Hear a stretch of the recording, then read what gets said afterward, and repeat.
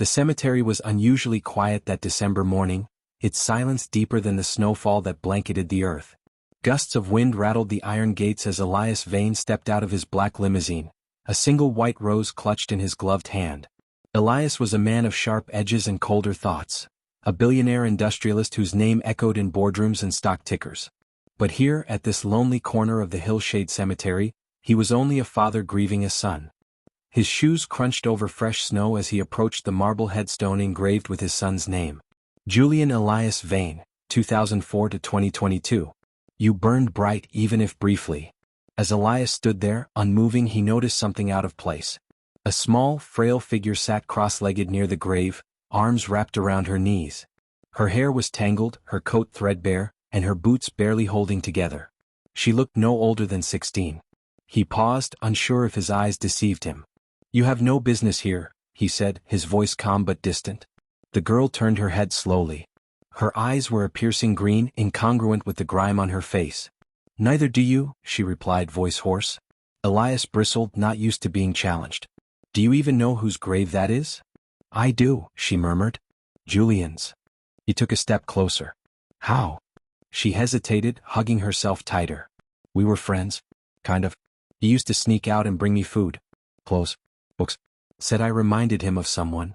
Elias's breath caught. Someone. Julian had once told him, in a rare moment of vulnerability, about a girl who lived behind the train station. She's like a ghost, Julian had said. But kind. Real. And now here she was. Threads of the past. He didn't know why he didn't walk away. Maybe it was the snow. Maybe it was the sadness that clung to her like a second skin. But Elias found himself asking, What's your name? Clover, she said, brushing hair from her face. I never told him that. But he called me Crow. Said I always wore black. Elias looked at her more closely. She did look like a crow, dark, watchful, wounded. She shifted awkwardly. I come here sometimes. I didn't steal anything. I just miss him. Why didn't you come to the funeral? She looked down. People like me don't go to places like that.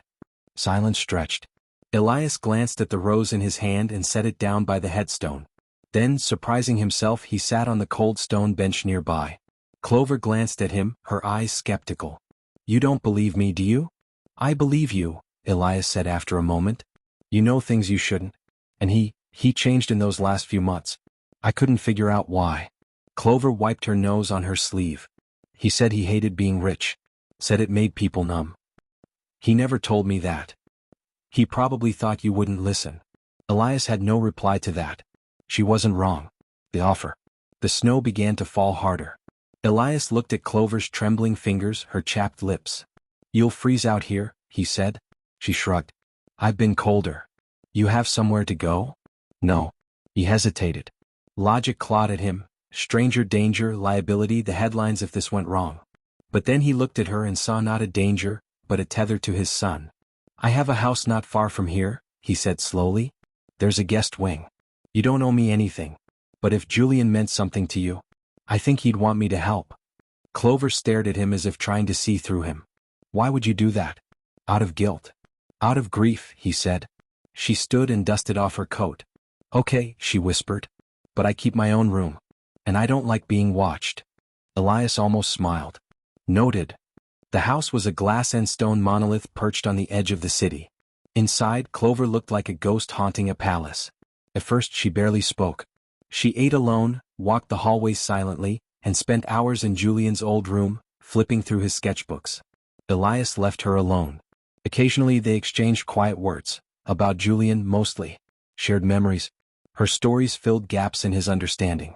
Julian wasn't the empty air Elias had thought. He had been angry. Lost. Kind. One night, Elias found Clover asleep in the library, a book open on her chest. He didn't wake her. Just covered her with a blanket and left. By the end of the second month, she started calling him Mr. Vane instead of Sir. By the third, she sat with him at dinner. But not everything was peaceful. One night, Elias walked into his study and found Clover staring at a photograph. Julian, age 10, holding hands with a girl in a red dress. Who is she? Clover asked. Elias's brow furrowed.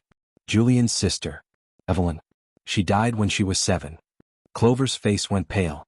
Julian never mentioned her. He couldn't, Elias said quietly. He was there when she drowned. Never forgave himself. Clover sank into the chair.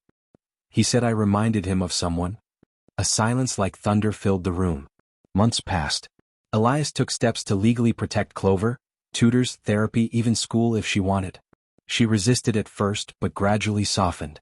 One spring morning she knocked on his office door. "Mr. Vane, can I show you something?" He nodded. She led him to the back garden. In the grass stood a small stone statue. A bird. A crow carved from dark granite. "I made it," she said. "For Julian. So he's not alone."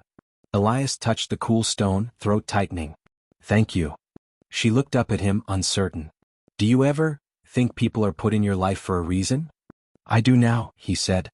2 years later, a scholarship fund bore Julian's name, available to displaced youth who showed artistic promise. And on a stage in a small downtown gallery, a girl named Clover Vane unveiled her first sculpture collection, Echoes of the Grave. Among the audience sat Elias, older, more human, no longer alone. In the front row, a seat was left empty with a single white rose resting on it. For Julian.